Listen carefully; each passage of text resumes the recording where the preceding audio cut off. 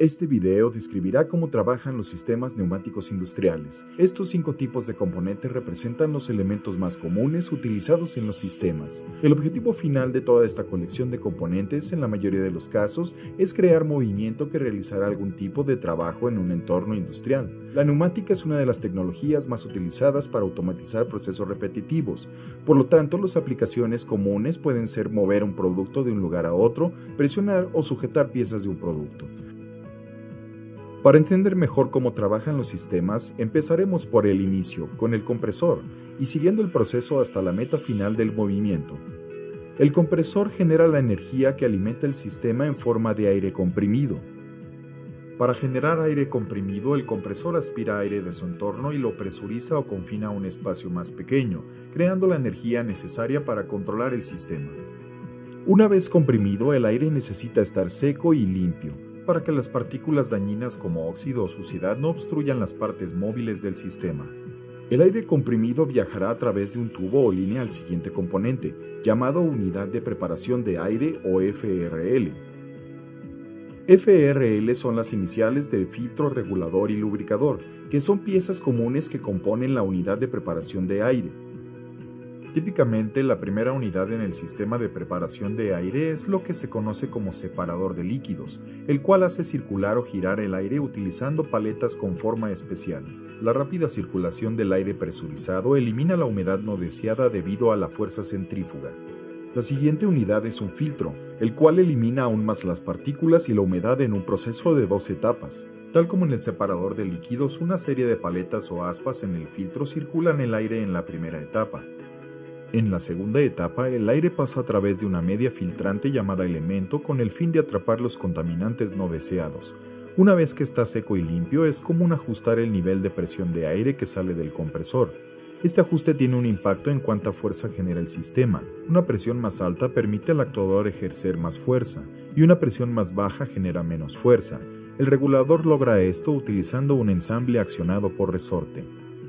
La perilla en el regulador ajusta la fuerza del resorte de control para lograr un punto de ajuste de presión deseado. Cada vez que el nivel de presión disminuye por debajo del punto de ajuste deseado, el poppet o la válvula interna abre un camino para que la presión más alta fluya aguas abajo. Esta operación continúa hasta que la presión en el sistema alcanza la presión de ajuste del regulador. En este punto, el poppet o válvula interna se cierran hasta que haya un nuevo flujo de demanda. También es común tener un manómetro en el regulador para que el usuario pueda monitorear la presión del sistema. Finalmente, en aplicaciones específicas tales como motores de aire o herramientas neumáticas, se puede agregar un lubricador para distribuir una fina brisa de lubricante en el aire comprimido, que ayude a lubricar los componentes que siguen el flujo de aire. Ahora que el aire comprimido está limpio, seco y establecido en la presión correcta para la aplicación, el siguiente paso es dirigirlo hacia donde deseamos crear movimiento. Una válvula de control direccional es usada para lograr esta tarea. Esta válvula de control direccional cuenta con una serie de vías internas que pueden conectar el aire que llega al puerto de entrada, con 1 o 2 vías en la salida de la válvula llamados puertos de trabajo. Dependiendo de la posición de los elementos móviles, los cuales típicamente son llamados carretes, el aire será bloqueado para pasar por un puerto y permitirá su paso por el otro. Las secciones altas en el carrete, llamadas discos, impedirán que el aire avance por un camino, mientras que las secciones inferiores del carrete, llamadas surcos, permitirán el flujo a su alrededor para avanzar a uno de los puertos de trabajo.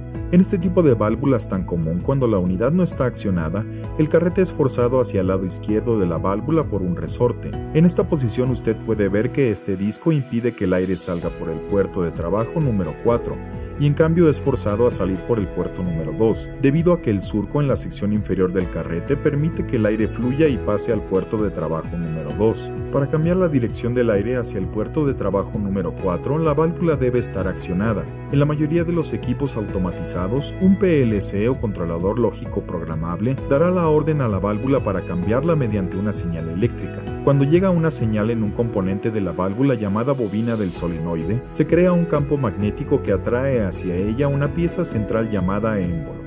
Cuando el émbolo no está asentado, permite que el aire del interior de la válvula, conocido como presión piloto, empuje este carrete hacia la derecha. Una vez que este carrete llega al extremo derecho de la válvula, El disco o secciones altas cierran el paso hacia el puerto de trabajo número 2 y en cambio dirige el flujo de aire comprimido hacia el puerto de trabajo número 4. Cuando se elimina la señal del PLC, también se elimina la fuerza generada por el electroimán. En tal punto, el resorte del émbolo vuelve a su estado inicial, lo que elimina la señal de aire que empuja este carrete. El resorte del extremo opuesto devolverá este carrete a su posición predeterminada una vez más, dirigiendo el aire de regreso por el puerto de trabajo número 2. El PLC ahora puede dirigir el aire a cualquier puerto que se necesite cuando sea necesario. El siguiente componente en el sistema, el actuador, nos permitirá realizar un trabajo útil con el aire comprimido que limpiamos y redirigimos. En la mayoría de las aplicaciones, el propósito de cambiar la dirección del aire comprimido con la válvula es generar movimiento en diferentes direcciones. Parker fabrica una amplia variedad de actuadores o cilindros, como también se les llama comúnmente. Ellos convertirán el aire comprimido en movimiento. Estos tipos comunes de cilindros son con final de vástago mostrados aquí. El actuador creará movimiento utilizando la energía del aire comprimido suministrado por la válvula de control direccional. Podemos ver que el puerto de trabajo número 4 está conectado a la parte posterior o tapa en el extremo del cilindro. Cuando el aire comprimido empuja el pistón, es forzado a moverse hacia adelante adentro de un tubo que comúnmente se llama camisa del cilindro. El pistón está unido a un vástago que se extenderá como resultado de la fuerza generada por el aire comprimido que actúa sobre el pistón. El actuador continuará moviéndose en esa dirección hasta que alcance su límite físico o si la resistencia a la fuerza comúnmente llamada carga es mayor que la fuerza del aire comprimido, en cuyo caso el regulador de presión puede ajustarse a una presión más alta.